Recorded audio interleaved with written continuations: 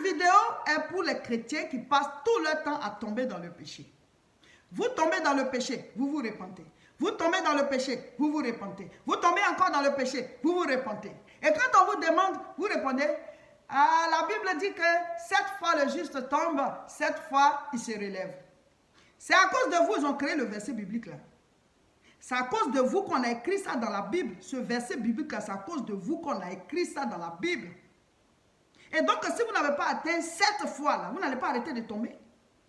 Tant que vous n'êtes pas tombé pour la 7e fois, vous n'allez pas arrêter de tomber. Mais quels sont ces adultes qui ne font que tomber, tomber, tomber? Ce sont les enfants qui tombent.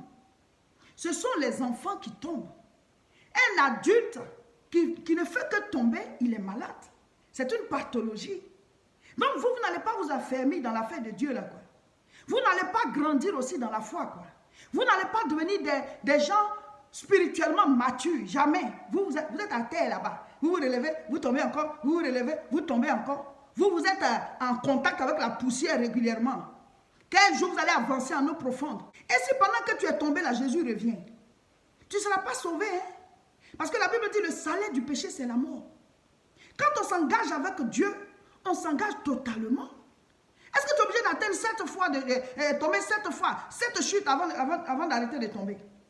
Tu prends l'engagement de marcher avec Dieu, tu vis dans le péché.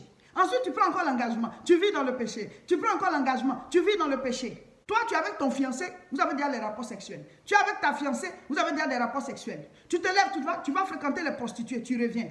Tu te lèves, tu vas coucher ici, tu reviens. Tu couches avec des hommes, tu reviens. Et tu deviens chrétien, après encore, tu retournes. Tu reviens encore, tu deviens chrétien, après tu retournes encore commettre le péché. Tu es toujours en train de te repentir. Tu es toujours en train de demander pardon à Dieu. Quel jour tu vas t'affermir pour marcher sincèrement avec le Seigneur afin d'obtenir ce qu'il y a dans le royaume de Dieu là. Il y a des choses qui sont à nous. Mais tu es à la porte là. Tu sors, tu rentres, tu sors, tu rentres, tu sors, tu rentres. Et c'est pendant que tu sors là, hein, Jésus revient. La Bible dit, on ne sait pas quand il va venir. La Bible dit qu'il viendra comme un voleur dans la nuit. C'est-à-dire que personne ne sait ni le jour ni l'heure. Et quand ses disciples lui ont demandé, il a dit, mais lui-même il ne sait pas, c'est le Père qui sait. Quand est-ce qu'il va revenir? Maintenant alors, toi, tu passes tout ton temps à tomber parce que le juste doit tomber et se relever. Est-ce qu'on t'a dit que c'est une loi? Le Seigneur est en train de fortifier quelqu'un pour dire que, ah, si tu es tombé, relève-toi. Mais il ne te dit pas qu'il faut tomber. Il ne t'encourage pas à tomber. Il ne t'encourage pas à tomber. C'est quoi cette loi? Les justes tombent, cette fois, ils se relèvent. Non, c'est à cause de toi qu'on a mis le verset là dans la Bible. D'autres personnes dépassent le verset là. Toi, tu es arrêté là. C'est toi qui dois accomplir ce verset. C'est toi qui dois accomplir cette parole là. Et tout ce que tu perds quand tu tombes dans le péché, tout ce que tu perds, est-ce que tu sais aussi que quand tu tombes là, tu laisses des choses par terre avant de te relever? Et jusqu'à ce que tu atteignes cette fois là, hein? Tout ce que tu vas laisser par terre là, tu sais. Chaque fois que tu vas commettre le péché, tu perds beaucoup de grâce, tu divises ta vie, tu perds des choses que tu ne peux plus récupérer, que seul Dieu peut te rendre. C'est ça le problème. En tant que chrétiens, nous devons accepter que nous sommes nés de nouveau et que nous nous engageons dans une vie de sainteté et de pureté. Le Seigneur dit qu'on ne doit pas vivre dans le mensonge. Toi, tu ne fais que mentir. Et quand on te demande, tu dis que j'ai faibli. Mais tu ne peux pas te fortifier. C'est toujours toi qui dois être faible. Qui doit être faible. C'est toujours toi qui dois faiblir. Mais pourquoi?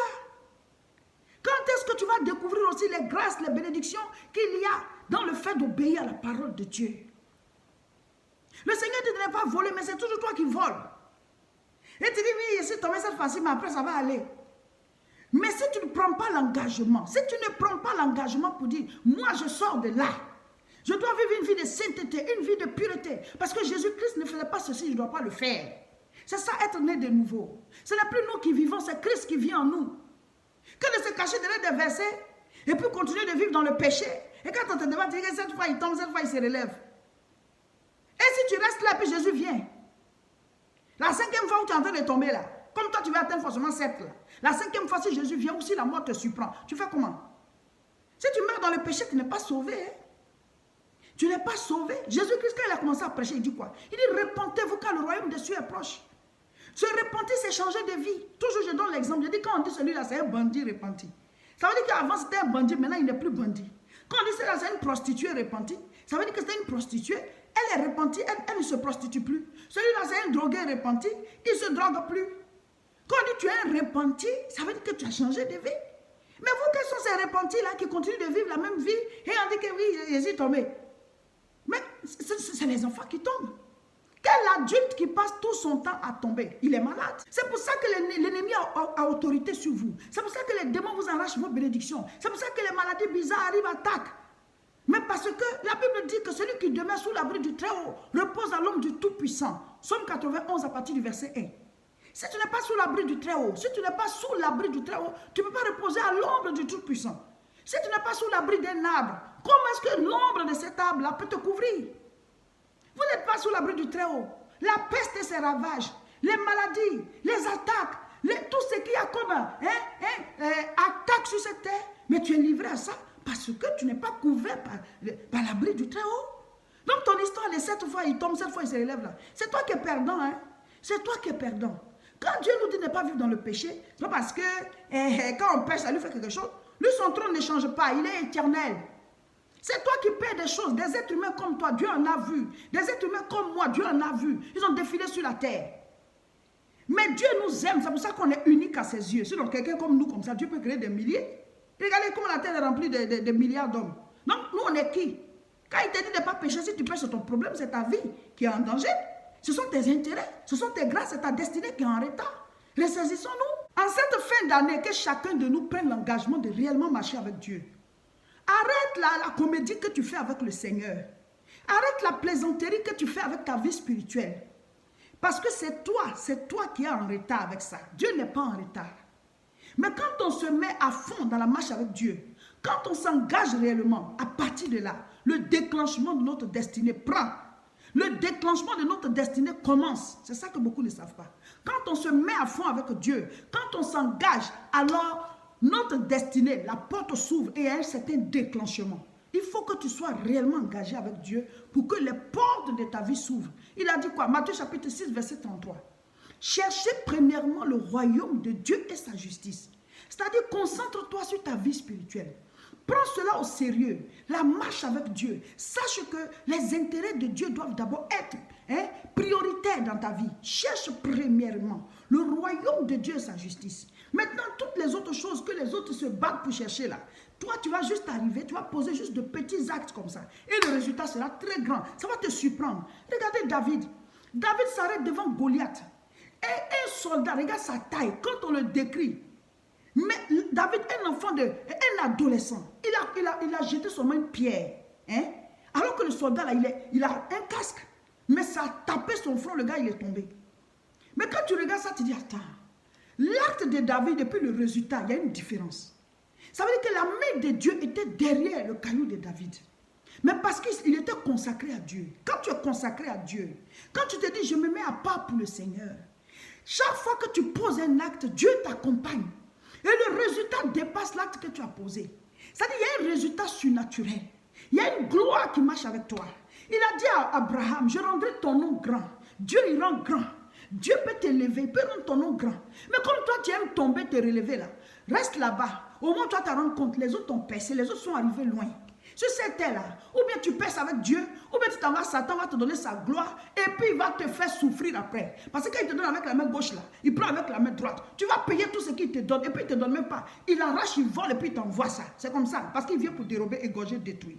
Donc choisis de quel camp, de quel côté, dans quel camp tu veux t'en sortir. Mais la bénédiction de l'Éternel, c'est celle-là qui enrichit et qui n'est suivie d'aucun chagrin. Quand Dieu te donne, il n'y a pas de chagrin. Tu es béni, tu es prospère, tu es heureux.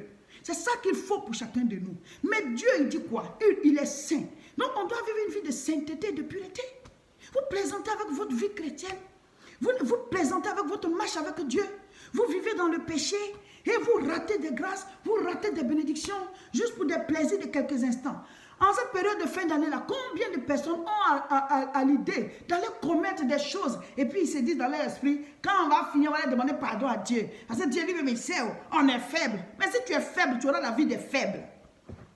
Dans la marche avec Dieu, on n'a pas au même niveau. C'est ce que vous ne savez pas aussi.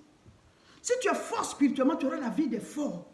Parce que Matthieu chapitre 11, verset 12, il dit, le royaume des cieux est forcé depuis Jean-Baptiste jusqu'à aujourd'hui. Ce sont les violents qui s'en emparent. Comme toi, tu es enfant, tu tombes, tu ne fais pas partie des violents. Donc, il y a des choses du royaume des cieux que tu ne peux pas obtenir. Il faut tomber, continue de tomber. Comme toi, tu dis que les justes tombent, ils se relèvent là. Continue, reste en bas là-bas.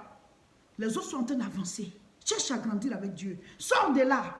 Lisons 1 Pierre chapitre 2, le verset 9. Vous, au contraire, vous êtes une race élue, un sacerdoce royal, une nation sainte, un peuple acquis, afin que vous annonciez les vertus de celui qui vous a appelé des ténèbres à son admirable lumière. Je commence par la dernière phrase. Dieu nous a appelés des ténèbres à son admirable lumière. Christ nous a appelés des ténèbres à son admirable lumière. Nous ne devons plus mener une vie de ténèbres. Le péché, ça représente les ténèbres. Jésus a dit, Jean chapitre 8, verset 12, « Je suis la lumière du monde. Celui qui me suit ne marchera plus dans les ténèbres, mais il aura la lumière de la vie. » Il y a la lumière physique que les hommes ont découvert, ont créée. Mais il y a la lumière de la vie. Et Christ est la lumière de la vie. Tu peux être assis en plein jour. Tu peux être assis même sous un lampadaire, avec une lampe même. Et puis ta vie peut être dans les ténèbres. Ta vie peut être dans le noir. La lumière de laquelle Christ parle, c'est la lumière de la vie. Ta vie doit être éclairée par la lumière divine. Et quand tu es éclairé, c'est-à-dire quand tu as reçu Christ qui est la lumière du monde, alors qui deviens-tu? Tu es désormais une race élue. Il y a une élection. Le fait de se donner à Dieu fait que tu es élu. Tu n'es plus de la race, de n'importe quelle race. Tu es une race spéciale. Donc tu ne peux pas aller te vautrer dans la boue, tu ne peux pas aller traîner dans le péché comme si tu ne savais pas qui tu étais. Et un sacerdoce royal, c'est-à-dire que nous sommes des serviteurs de la royauté. Alléluia. Tu n'es pas n'importe qui. Toi, tu dois être à la cour royale. C'est comme un prince qui ne sait pas qui il est et puis qui a des attitudes, ça va décourager tout le monde. On va dire, hey, c'est le prince là qui est comme ça. Parce qu'il est de la royauté et c'est un comportement qu'il doit avoir. Vous ne savez pas qui vous êtes. Tu es chrétien, tu ne sais pas que tu es de la gloire. Tu fais partie de la gloire de Dieu et qu'il y a des choses que tu dois manifester parce que la Bible dit tu es la lumière du monde, tu es le sel de la terre. Quand toi tu es quelque part, là où tu es là, ça donne de la saveur à cause de toi seul. Mais comme tu ne sais pas qui tu es, toi tu es en train de traîner dans la poussière là-bas, tu tombes dans le péché, tu te relèves, tu n'en finis jamais, on te demande, tu te justifies que oui, et cette fois le juge doit tomber, et cette fois il doit se relever. Le Seigneur n'a pas dit que cette fois le juge doit tomber, il dit, il peut arriver au juge de tomber, mais il se relèvera toujours. Mais mon frère, ma soeur, quand tu tombes là, tu perds des choses, la Bible aussi le dit. Le salaire du péché, c'est la mort. Chaque fois que tu pêches, il y a quelque chose qui meurt.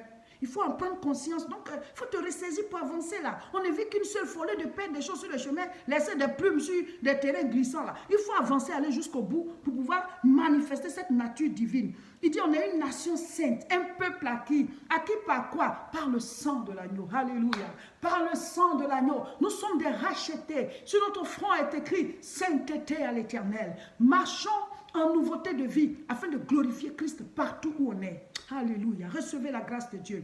À vous tous qui n'avez pas la force de tenir, que le Seigneur vous fortifie. Je brise au nom de Jésus tout ce qui vous tient, qui vous retient dans ce monde et qui fait que vous n'arrivez pas à vous lever pour marcher comme le Seigneur veut. Que ces liens soient brisés et qu'une force spéciale vienne du ciel pour se révéler à vous et révéler Christ dans votre vie afin que vous ayez la marche que Dieu veut. Au nom de Jésus. Il y a une retraite spirituelle ce week-end, à partir du samedi 28 jusqu'au 31 décembre, le jour de la veillée de fin d'année. Voilà, ceux qui sont déjà inscrits, ils ont déjà réservé leur chambre d'hôtel. Vous qui n'êtes pas encore inscrits, vous pouvez nous appeler à ce contact. On vous donne toutes les informations. Vous avez votre chambre d'hôtel à louer et vous venez. On va faire du samedi au dimanche. Lundi, c'est un jour que chacun peut utiliser pour visiter. On fera aussi des évangélisations pour ceux qui veulent se joindre à nous. Et puis le 31, à partir de 21h30, nous avons la veillée jusqu'au matin. Si vous ne pouvez pas venir sur les 4 jours, vous pouvez venir faire la veillée du 31 avec nous à Tourcoing. C'est à partir de 21h30 jusqu'au petit matin. L'adresse est 48 rue Saint-Omer, 59 200. Le thème c'est « Porte élevée volento ». Ce sera puissant. Nous commençons notre jeûne prière le 3 janvier. Le vendredi 3 janvier, nous serons en jeûne tous les jours jusqu'au 23, de 6h à 18h. Le 11 janvier, nous serons à Aubervilliers pour la première croisade de prière de l'année 2020. Et le 25 janvier, nous serons à Nanterre pour la conférence internationale de la moisson abondante, la grande rencontre spirituelle à ne pas rater. Dès maintenant, abonnez-vous à nos différentes chaînes pour ne rien rater et surtout, partagez la vidéo.